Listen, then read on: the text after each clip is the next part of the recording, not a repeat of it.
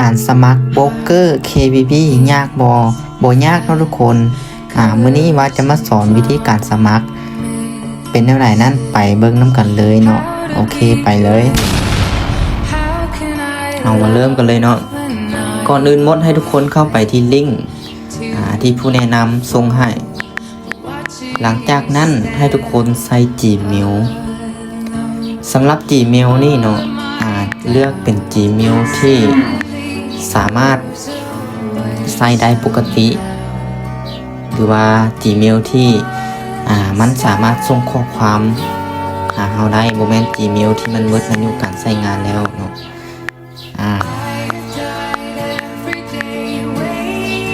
โอเคเมื่อเราใส่ Gmail สำเร็จแล้วเราก็กดรับเอารหัสเนาะหลังจากนั้นเนาะมันจะมีรหัสส่งไปหา Gmail ของเราที่ทุกคนส่งมาแล้วให้ทุกคนกดเข้าไปเนาะมันจะมีรหัสตัวนี้ส่งมา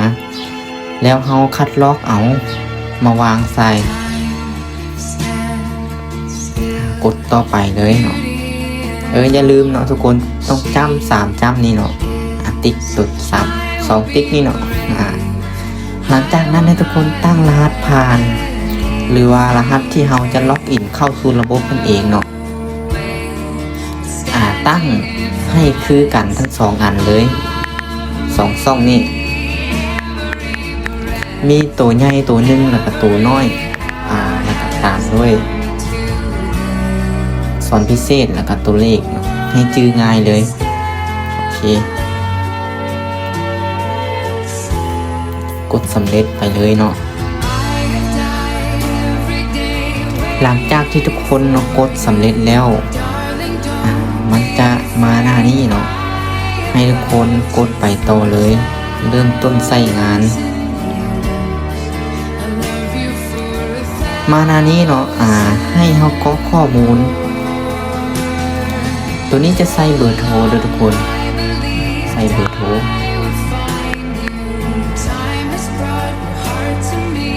ทรนี่จะเอาเบอร์โทรที่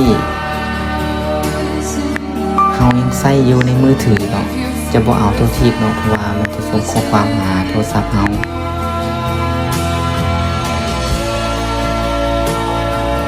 โอเคสำหรับตัวต่อมานี่ให้ทุกคนเลือกแนวใดก็ได้เลยตัวนี้จะบ่ได้มีผลปานใดต่อการสมัครของเราให้ทุกคนติ๊กเอาเลยเนาะหลังจากที่ทุกคนติ๊กสำเร็จแล้วเนาะให้ทุกคนเนาะกดถัดไปเลย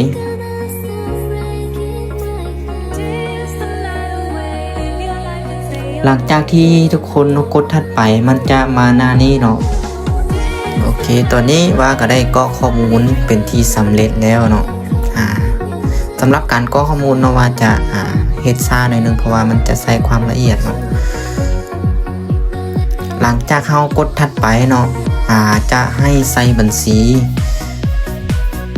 ว่าใส่ MT5 บัญชีจริงเนาะส่วน leverage ก็สิประมาณนี้เลยว่าจะเลือก leverage 1,000 ต่อ 1เนาะหรือว่า1 ต่อ 1,000 ตัวนี้เนาะอาจจะเป็นรหัสที่เราจะใส่ล็อกอินเข้า MT5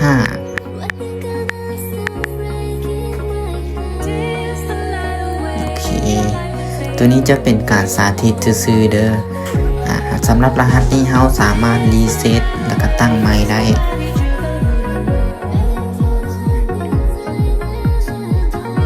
โอเคหลังจากนั้นเนาะมันจะมาหน้านี้มาหน้านี้แสดงว่าเราได้สมัครแล้วก็ได้ส่งข้อมูลของเราให้ทางซัพพอร์ตกดสอบเนาะมีแต่เรารอท่ามาฮอดขั้นตอนนี้เนาะมีแต่เรารอท่าอย่างเดียวถ้าหากว่าข้อมูลของเราถูกต้องและผ่านทางซัพพอร์ตจะส่งหาเราทาง Gmail ถ้าหากว่าบ่ผ่านเนาะเราจะต้องมาได้ KYC ใหม่แสดงว่าข้อมูลของเรามีการผิดพลาดเอาก็ข้อมูลผิดพลาดโอเคทุกคนขอบใจทุกคนเด้อดีครับชมคลิปนี้ขอบใจ